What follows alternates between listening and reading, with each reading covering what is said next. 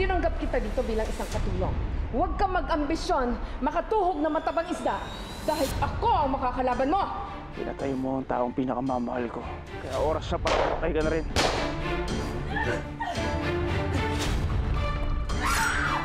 Baby, kapit ka lang ha. Alam mo namang mana ka kay Daddy tsaka kay Mami. Hindi ka basta-basta sumusuko. Pero ikaw, Kat, nandito ka ngayon. Salamat at hindi ka bumitaw. Hindi ka pa nagpuro, Hindi talaga ako. Buti na kailangan kalala ka na yung headlock na yun. Sobra akong nag-alala sa'yo, Ryan. Pero alam mo, ang laking tuwa ko nung nalaman kong nakatakas ka kay Gabi. Sino mga kasabwat niya ni Gabi na yan? I'm gonna make him suffer. Marami sila. Lahat ng tauhan ni Gabi, pinahirapan nila ako.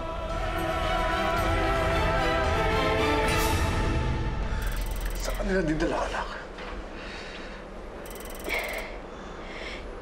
Hindi ko alam eh.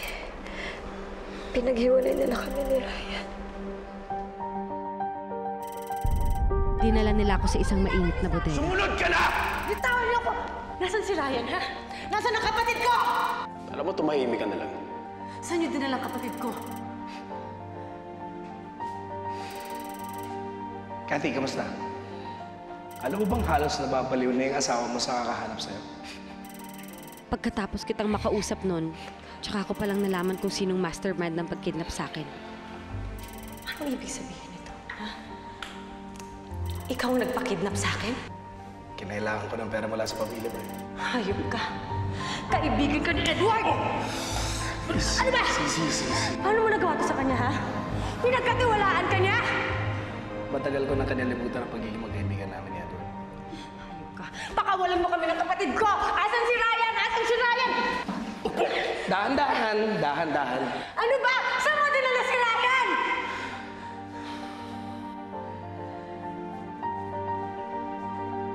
Gabi, nasan si Ryan? Nang makuha na ni Gabi ang ransom money, gusto pa rin niyang paglaruan si Edward.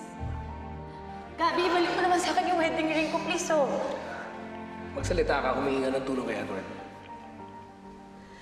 Nakuha mo na yung pera, di ba? Please naman, pakawalan mo na ako. Hindi pa kami tapos magtuos ni kay Edward. Nag-enjoy pa kami. Kaya pwede ba? Lumayo ka na, Gabi. Dalhin mo na yung pera, pero please, nakikiusap ako. Hayaan mo na kami maging masaya ni Edward. Ako ang magdidesisyon sa gusto ko mangyari. Kaya pwede mo gawin yung gusto mo. O tuluyan mo nang hindi makikita yung kapatid mo at saka si Edward. Please? Sumunod ka na. Edward, tulungan mo ako. Hindi ako nanginili mo nga. Higpitan mo nga. Edward! Edward, tulungan mo ako.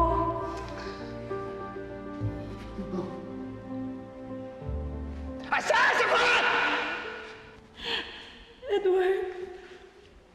Edward, tulungan mo ako. Balak na ako ni Gabi na ilipat ng kulungan nun. Pero nakahanap ako ng paraan para makatakas.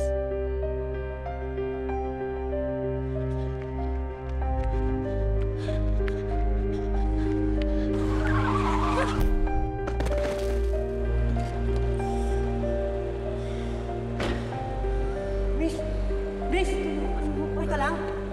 Tulungan mo ako.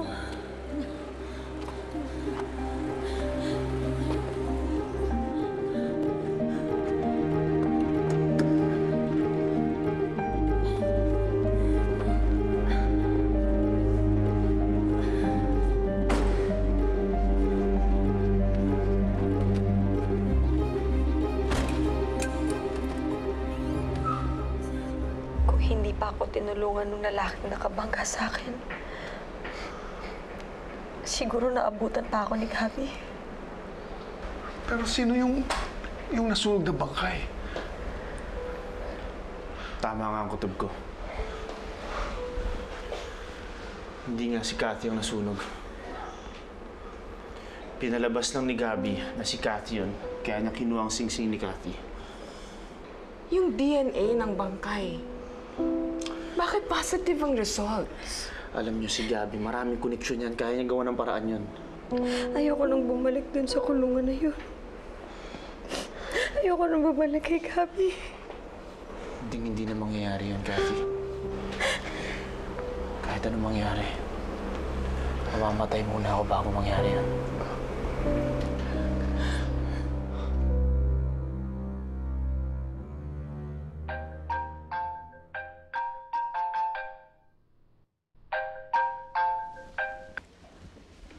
Edward?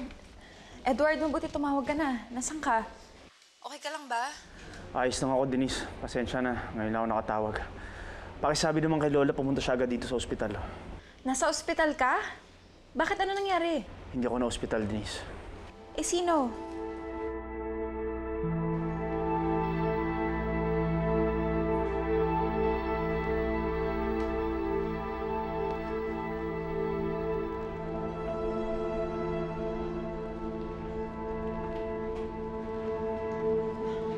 La, maganda hong balita. Si Kathy daw po buhay. Ano? May alam pa ho ba kayong lugar na pwedeng pagtaguan ni Gabby tsaka ng mga tao niya? Pasensya ka na. Medyo sumasakit na yung ulo ko sa mga tanong mo eh. Alam mo, pare, hindi madali para kay Kathy ang nangyari. Pwede magpahinga muna siya. Iyo. Salamat. Pwede po ba ma-interview si Kathy Galvez? Sige na naman po! Pahinga pa siya. Sige na, sige na. Statement lang po! Balis na kayo. Sige naman po! Mga reporter talaga. Edward. Paano kung bigla akong balikan ni Gabby? Ano balita kay Kathy? Gusto kong siguraduhin patay na siya. Ako may balita. Basta. Nasa ospital si Kathy ngayon. Magkasama na sila ni Edward. Sana nga, napuruhan ko na talaga yung hayop na yun eh. Anong ibig mong sabihin? Anong nangyari, Edward?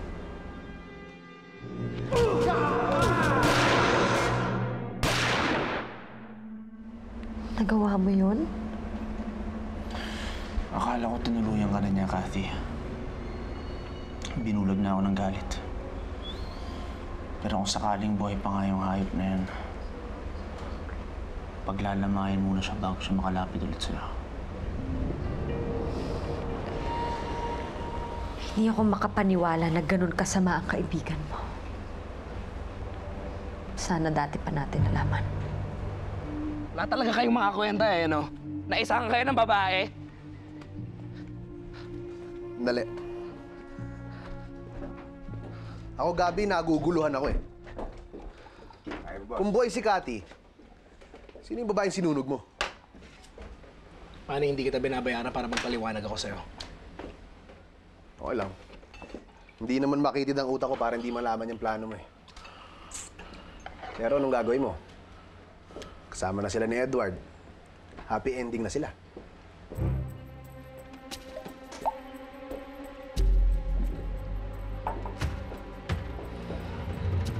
Hindi ko tatantanan yung mag-asawang yan.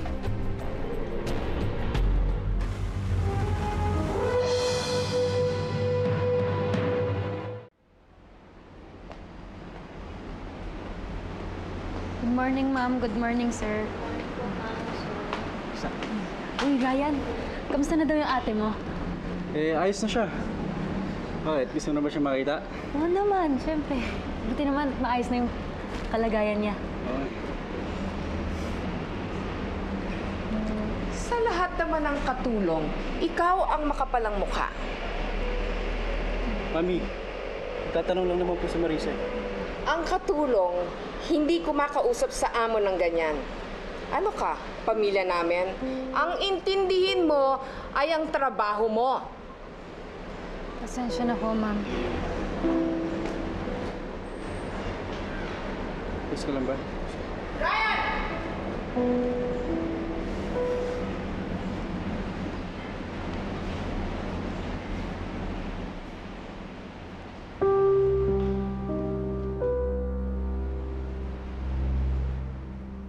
Alam mo, Denise, nagtataka lang ako eh. Paano nabuhay ang si Kathy? Inilibing na? La, sigurado ho ako mas malilinawan kayo pag nagkausap-usap na kayo.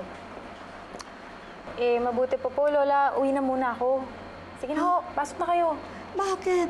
Akala ko ba gusto mong makumusta si Cathy? Mabuti pa kayo na lang talaga. Kasi sigurado ako ang gusto lang naman makita ni Cathy ngayon yung mga kamag-anak niya, di ba? Kaibigan lang naman ho ako ni Edward. Di naman ako kilala nun. Naku, hindi. Mabait si Cathy. Alika na. Sumama ka na sa akin. Sige na po. Kayo na lang ho. Uuwi na po ako. Ano ka ba? Alika na. Huwag ka na mahiya. Nahiya ka lang eh. Hindi na po. Sige na po. Uwi na po ako. Sige ho. Ha?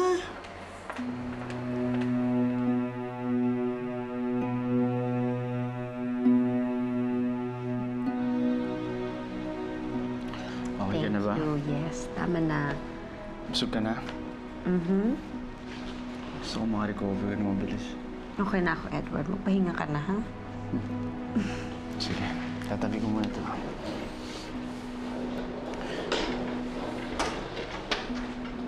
Lola. Sige. Diyos ko, Catherine. Buhay ka nga. Naku, Diyos ko. Salamat sa buhay ka. Alam mo naman, ikaw lang makakapagpaligaya kay Edward. Hindi ba? Naku, Diyos ko, salamat. Lord, salamat.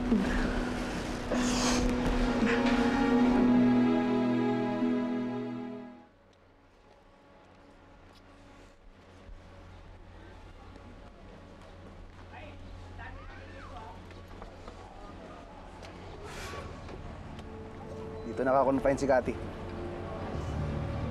May silbi ka naman pala, Manny. Alam mo naman, basta may pera, ayos galaw ko. Kaya siguro ni Cathy na pagkat kasama na niya ang asawa niya, matatakasan na niya ako. Hindi ko talaga titigilan ng dalawang yan. Paalala ko lang sa'yo. Sigurado may mga pulis at NBI dyan.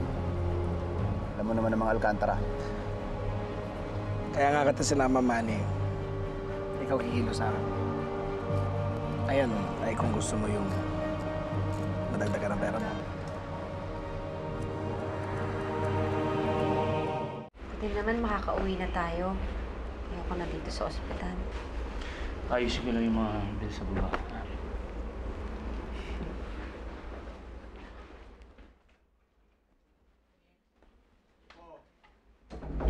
Cathy, Lola. masabuti pa siguro. Magbihis ka na, ha? Para na sa'yo habang inaayos ni Edward yung billing. Pagdating niya rito, tapos na. Sige Okay? po. Sige. Ayusin ko rin ito. Sige po, Lola. Ako na lang. Marami-rami rin ito eh.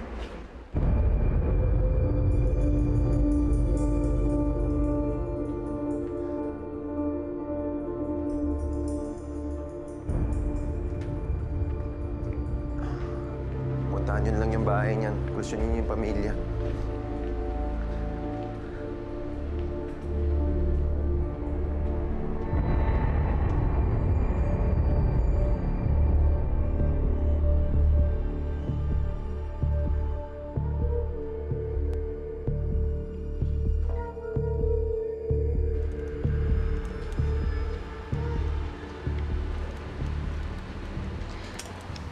Binayaran na namin lahat ng bills ni Cathy. Iuwi na namin siya sa bahay namin. Hindi niyo po kailangan gawin yan. Edward, alam namin umalis ka na sa serbisyo. Saan mo kukunin ang pera? Sir, kahit pa paano naman po, may naipon din ako bago ako nag-resign. Gamitin mo na yan para sa sarili mo dahil iuuwi na namin si Cathy sa bahay namin.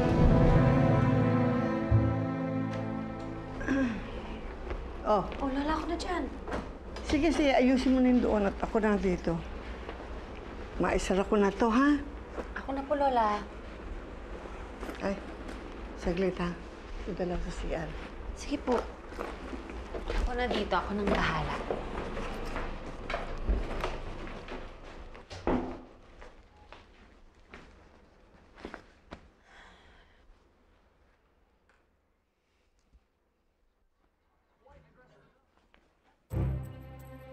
Oh, Edward. Ang bilis mo naman yata magbayad. Sandali na lang to, ah.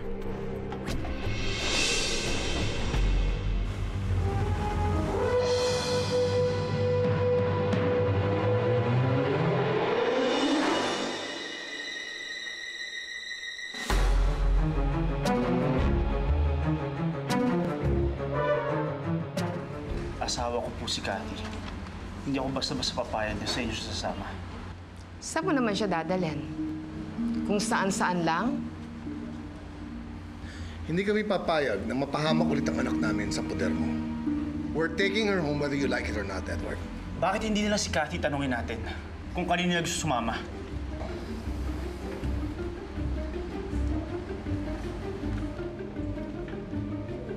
Cathy? Cathy? Cathy? Sandali. Bakit ho? Sorry.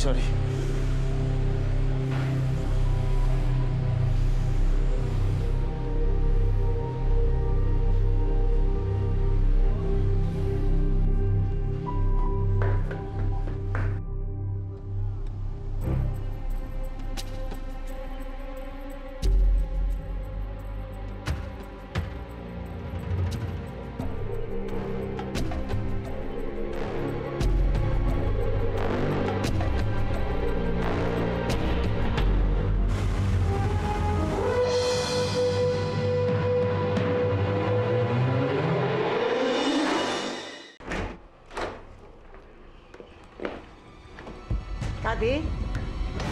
Cathy!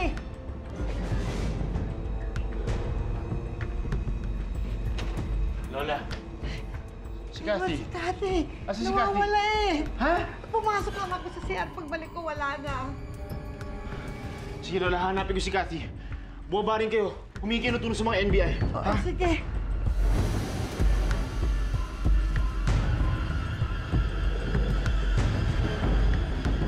Sino ka? Bakit ako nasa labas? Ililipat ko lang ho kayo ng sasakyan, ma'am. Anong inilipat? Daniel? Daniel! Lola. Nawawala si Cathy. Tumulong naman kayo sa paghahanap. Sige ho, Lola. Sa fire exit kayo. Kayong dalawa. Sumunod kayo sa akin.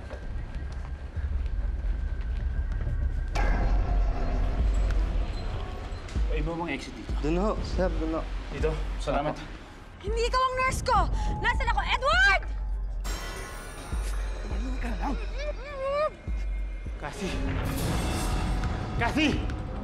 Cathy!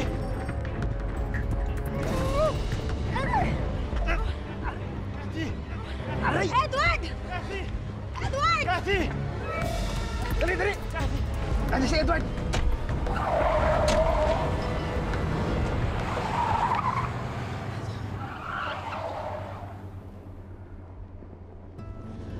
Namukha mo ba kung sino kumuha sa'yo? Hindi eh. Hindi na mahalaga yan. Importante, ligtas ka.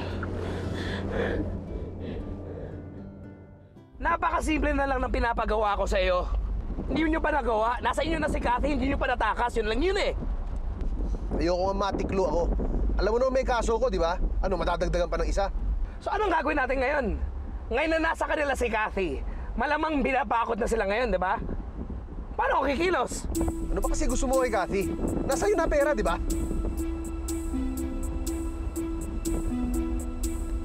Kung pakialam sa plano ka. Huwag kayo mag-alala. Hindi po kami tumitigil ang paghahanap kay Gabby. Salamat.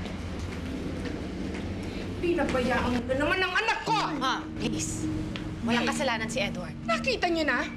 Hindi pa namin naiuwi si Cathy. Muntik na naman siyang makidnap. Sandali nga. Baka naman si Gabby ang may pakana nito.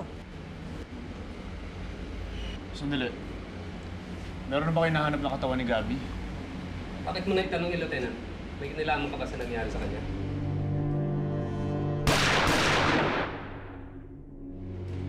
Naniniguro lang. Siguradong buhay pa yung Gabby na yan. At siya may pakana na nangyari kanina.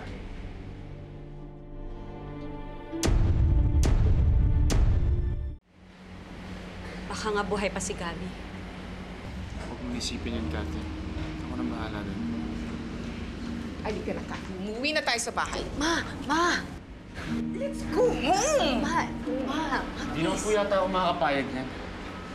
We cannot afford to lose our daughter again. And that's exactly what's going to happen kung nasa poder mo siya. Ma'am, tama na.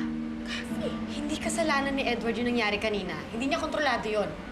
Asawa ko pa rin si Edward. Kaya kahit ano pang sabihin niyo, I'm sorry, pero sa kanya ako sasama.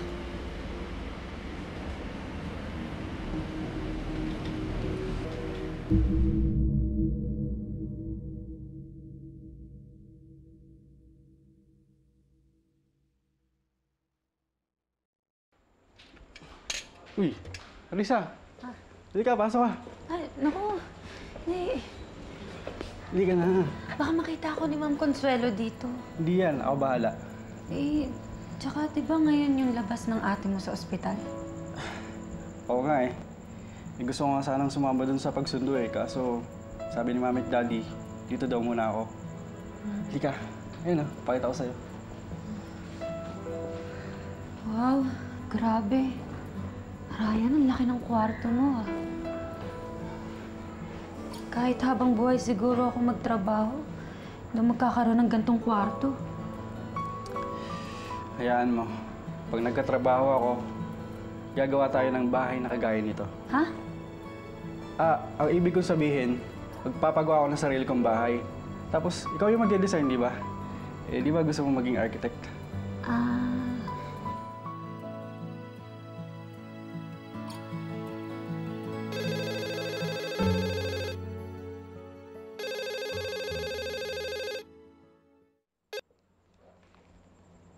Hello? Oh, Greg.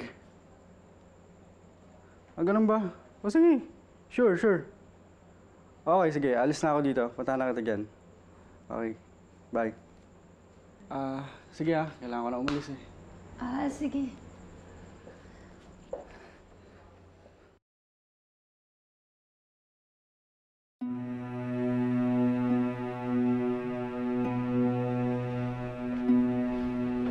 Dito tayo titira? Oo, Kathy. Hindi ko nasabi sa'yo agad pero pinalis kami ng mga magulang mo dun sa dati nating bahay. Nakakaya naman kung babalik tayo dun. I'm sorry, Edward. Hindi ko alam gano'n palang trato sa'yo ng mga magulang ko. Ayos lang sa akin yun. Walang kaso yun. Ayos lang naman sa akin kung simpleng buhay lang tayo. Importante, kakasama tayo. Oo naman. Kaya nga kita pinakasalan, di ba?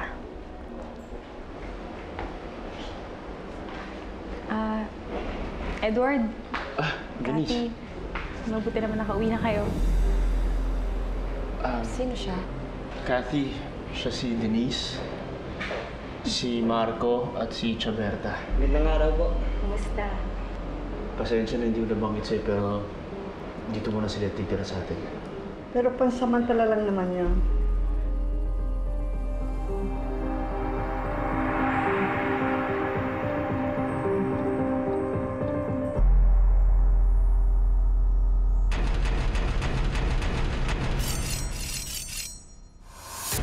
I already told you! Lumayo-layo ka sa anak ko! Hindi ka ba makaintindi? Kung talagang konektado nga kay Gabi ang kapatid ni Denise, hindi kaya kalaban din natin siya, Edward. Siguradong buhay pa ang hayop niya. Don't worry, Edward. Tutulong ako sa paghahanap kay Gabby. Salamat, sir. Umalis na kasi kayo! Lumayas kayo dito sa pamamahay ko! Parang malangot ka, ate. Siguro kasi nasanay ako na tinutulungan tayo ng Kuya Edward mo. Dahil ba kay Cathy? Dahil ba kasi nandiyan na siya? Masaya ka ba talaga na buhay ako? O baka naman matagal mo nang pinagdasalan sana patay na ako talaga para masolo mo na si Edward? Problema ba?